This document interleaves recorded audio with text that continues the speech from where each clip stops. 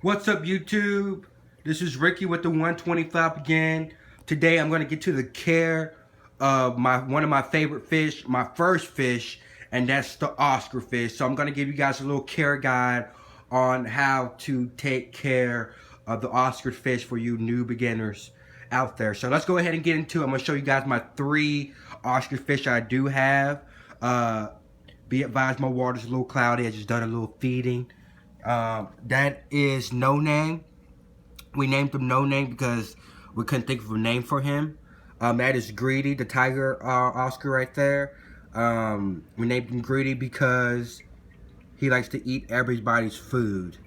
And this is Oscar, the Oscar fish. He's one of my biggest Oscars. He's 7 inches. We just named him Oscar because we thought it'd be cool to name him Oscar after his own name. But anyway, so I'm going to go ahead and get to when you buy these guys at the fish store.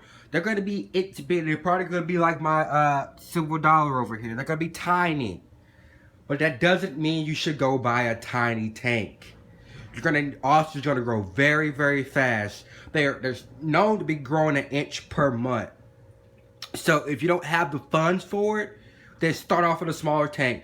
But just know that you're going to have to upgrade sooner or later. I got a 125. I got 3 Oscars, and to sewn up some of all that space because they're not able to, they're not able to fill out all the space yet. I got some other different kind of fish.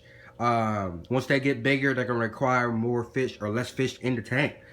But tank size is very critical. I think you can put a full-grown Oscar and a 55, you're pushing it, but a 75, only one full-grown Oscar and a 75, and you're pushing it. So tank size matter.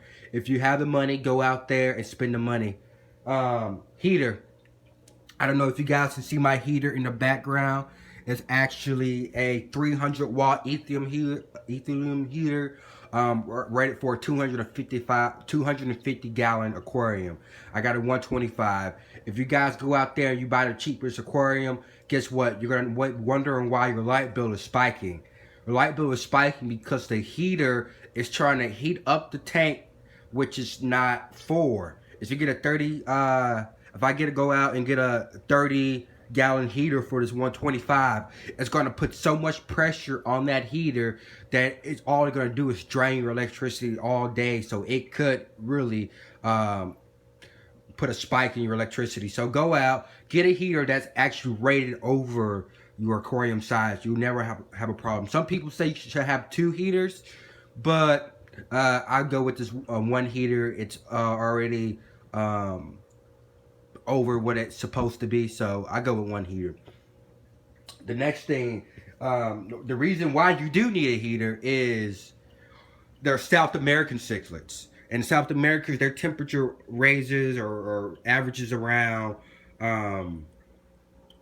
72 to 82 degrees, something like that. It can swing in that direction. I know my tank is by a window, so my temperature kind of swings, but it never falls below and it never rises between those temperatures, 72 and 82 degrees. Oysters love it, but you probably do want to air stone. They don't really require a lot of movement in the water, but they do like very oxygenated water. So I got kind of like a little cheap air stone from Walmart or whatever and put it in there. I might, do something else with it, make it look kind of better in there. But for right now, I'm just gonna hang it. Also, you're gonna need some thermometers. I got an internal thermometer, and when I bought my filter from Fluval, I actually got an outer thermometer, I guess you can say, and that's just to make sure your heater is working properly. Make sure, because your temperature can drop to 50 degrees. You wouldn't even know it. You think your heater still works, you think your tank is still fine, but it's not fine. If you have a thermometer, you'll know what your temperature is. Filtration, just like I was just talking about how I got my thermometer from. I got the FX6, it's a little dark under here, but it's the FX6 I'm running under here. Filtration is, it's almost up there with the tank size because These guys, when they eat, they're messy. I hate feeding them, and I love feeding them. It's a bittersweet moment. They're just messy eaters. Anything you got, they just want to mess it up and play with it, and it just gets all over the tank. Filtration is very important. I got an FX6 because it's actually rated over. I think it's rated like a 400 or something gallon, and it's a 125. So I know I'm getting excellent filtration on my tank. Filtration is very required for these fish unless you want your tank dirty. And you do have your tank dirty, these fish are very hardy fish. They can go in some of the coldest temperatures, they can go some of the dirtiest tanks, and they'll survive. But that's not always a good thing. You don't want your fish to survive, you want your fish to live. You know, if someone told you they're gonna come and clean the air in the world, say we're gonna make your air 10 times better, you're gonna say, well, yeah, clean the air. Oscars want the tank clean as well too. Come on, clean the tank, get a filter. That FX6 cost me a pretty penny. So, you know, if you don't have that much money, get a hang on back filter. Get something, you know what I mean? And just not let your fish die. Get something until you can work your way up and get you a nice filter. Second thing is aggression. As you can see, I got silver dollars, I got cories, I got angelfish, I got Picassomus fish, I got a bala shark, and under here I actually have a what is he? A black silver knife fish or something like that. I forgot the name of him, but I think he's that. If you raise your fish when they're young together, their aggression level will go down. Now, if you raise a feeder fish with a Oscar when they're young and Oscar gets big, of course she's going to eat that feeder fish. But what you want is, if you want the aggression level to go down, get a fish that cannot fit in your Oscar mouth. Then he can't eat it, you know. If you have multiple fish in your tank, it drives down aggression. Now, if you had an Oscar just all its life by itself and you try to add in a new fish, then guess what? The aggression level is going to be out of there. Feeding.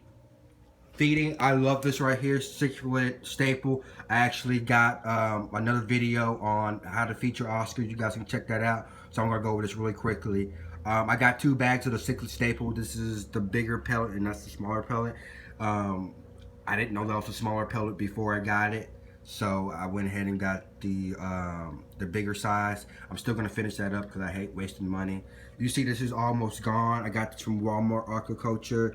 It's dried mealworms for birds, reptiles, and fish. My Oscars really love it.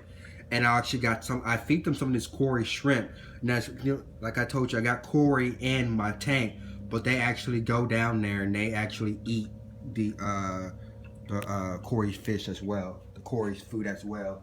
Substrate. Substrates for Oscars are sand, because like I told you, they're South American cichlids, and at the bottom is kind of like muddy kind of sand. As you can see in here, I have gravel. I hate using sand. That's just a personal preference. I hate using sand because it gets, when I'm doing vacuum cleaning, it sucks up in my vacuum, it gets in my filter. I just really don't like sand, and they tend to do well in gravel. Oscar's not picky. Any fish is not picky unless you have some kind of bristle nose fish that actually need to get into the sand. But sand does look nicer. Sexting. If you're trying to sext an Oscar, give up. Unless you can vent them, which I don't know how to vent them. I don't want to take my Oscars and turn them upside down and look at their sexual parts anyway. So if you want to sex an Oscar, they say get up by 6 or so. They'll pick out their own mates and they'll have their own babies. Well, I don't want 6 giant Oscars in my 125 because I'm going to have to get rid of them sooner or later. So I'm like, hey, if they have babies, they have babies. They don't, they don't. They're male, they're female, whatever. Who cares? Me, I got them because I like them. I didn't get them for them to have babies. If they do have babies, they'll be great. Compatibility. What can go into that tank? Like I told you, anything big, Jack Dempsey's, Jagger, Jagger cichlids, Texas cichlids, anything big that won't fit into their mouths is going to be great. I'm trying to make this video really quick because I could not upload my other one I did of this. So I'm going to go ahead and end this. But that's my care guide for the ostrich fish. I hope you guys really like it.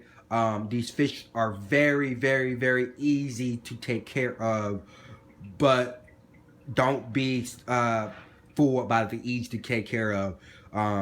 Make sure you're loving your fish. Make sure you're giving your fish uh, all the best necessity they need. Filtration, tank size, food, all that good stuff. Substrate, compatibility, all that good stuff, so they can have a good life. Don't just give them the basic requirements and just forget about them. These fish are very, very, very good fish. I really love them. They're my favorite fish in the tank. But I'm gonna let you guys go. You guys have a good one. If you like, subscribe, like, or if you dislike, let me know, because we're in this hobby together. And we can, try to fix what I said or fix what you said. But alrighty, guys, you take care.